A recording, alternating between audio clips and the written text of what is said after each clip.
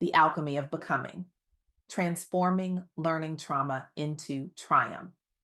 Have you ever been told you're not a science person, that your brain just isn't wired for certain subjects, that perhaps you should consider a different path, one that doesn't require quite so much intellectual rigor? Pause for a moment. Think about that feeling, that precise moment when someone else's assessment of your abilities became the story you began telling yourself about what you could achieve. The moment when a teacher's dismissal, a professor's skepticism, or classmates' casual remark planted a seed of doubt so deep that it grew roots into your very identity. Now imagine what might have happened if, instead of internalizing that judgment, you'd recognized it for what it truly was, not a reflection of your worth, but a sign that you were simply misunderstood. Not a final verdict on your potential, but a temporary mismatch between how you learn and how you were being taught. Recently, I had the extraordinary privilege of interviewing Kessey Cham, the brilliant mind behind Chem with Kess, who is revolutionizing how we think about education, particularly for Black women in STEM fields. Kessey isn't just changing how chemistry is taught, she's fundamentally transforming how students see themselves as learners. Her work represents a radical reimagining of educational spaces where trauma is acknowledged, healing is prioritized, and brilliance is recognized in all its diverse forms. What Kessey has accomplished goes far beyond tutoring.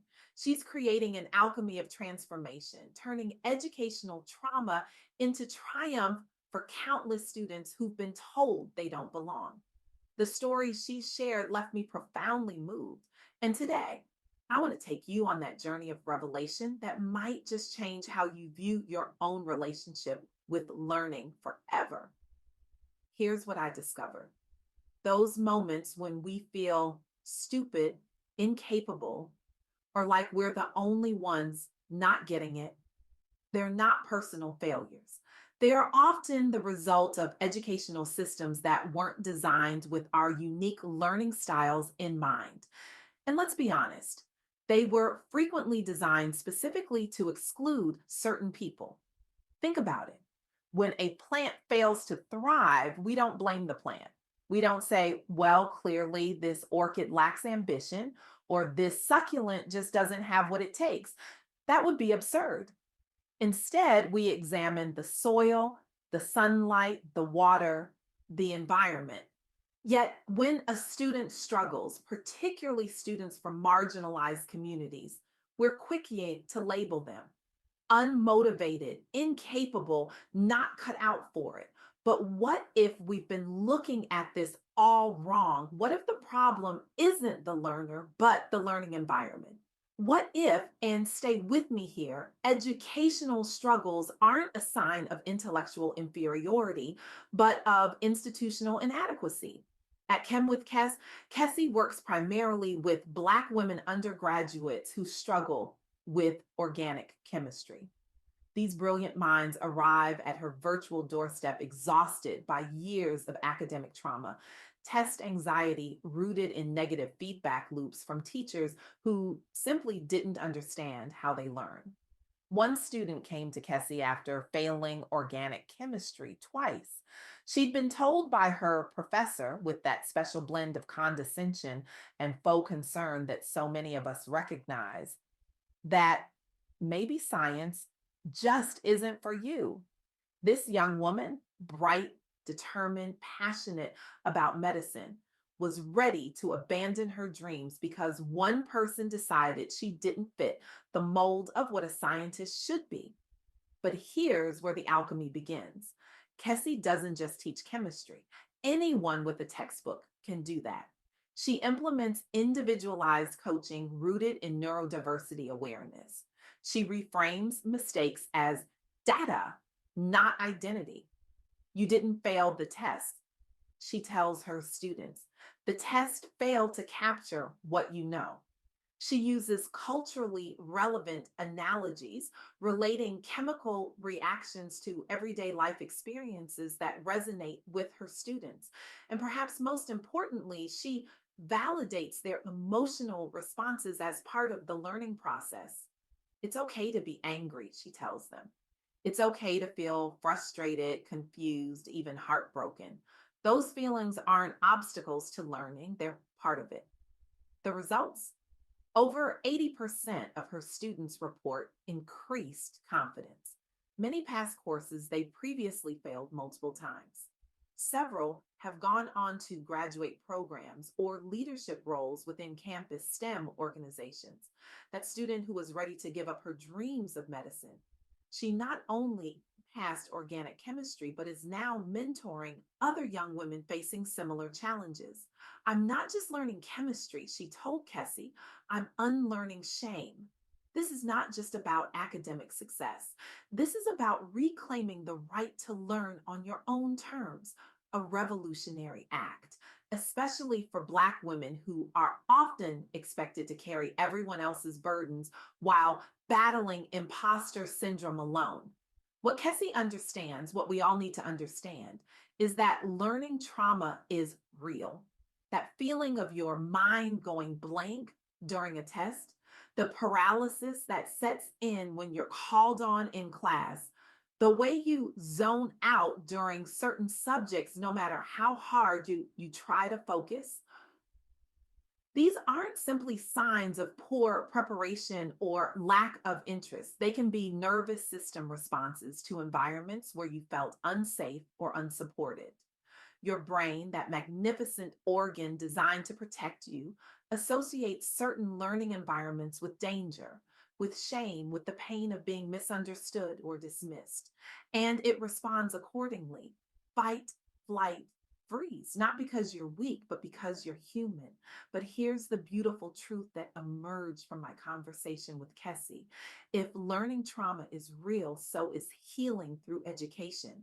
Recognizing that traditional classrooms weren't enough for her community's needs, Kessey extended her reach online through platforms like YouTube, TikTok, and Instagram. She created accessible content aimed at demystifying difficult chemistry concepts for first generation college students who often lack the academic support systems that their more privileged peers take for granted. Her followers frequently express feelings of isolation. I'm smart, but I'm struggling. They've been failed by lackluster classroom instruction or unsupportive environments.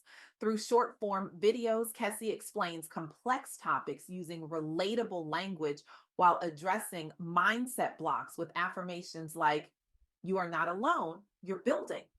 Thousands engage with her content weekly, and the direct messages she receives reveal not just improved test scores, but renewed hope about pursuing STEM careers despite past setbacks. One message read, "I cried watching your video because for the first time, someone explained this in a way that made sense to me. I thought I was just stupid." Let that sink in. I thought I was just stupid. How many brilliant minds have we lost to this belief? How many world changing ideas never materialized because someone internalized the message that they weren't capable? How many potential cures, innovations, and breakthroughs have we sacrificed on the altar of educational rigidity?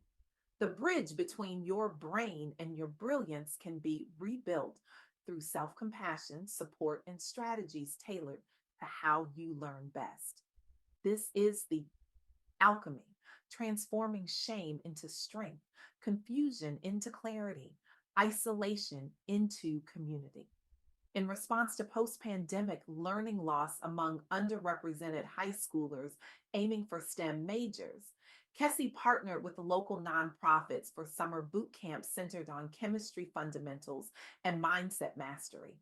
These workshops became spaces of healing and growth where students could reclaim their relationship with learning. One participant shared, "So, before this program, I would panic every time I saw a chemical formula. Now I see it as a puzzle I can solve. The difference isn't just in what I know, it's in believing I can know it."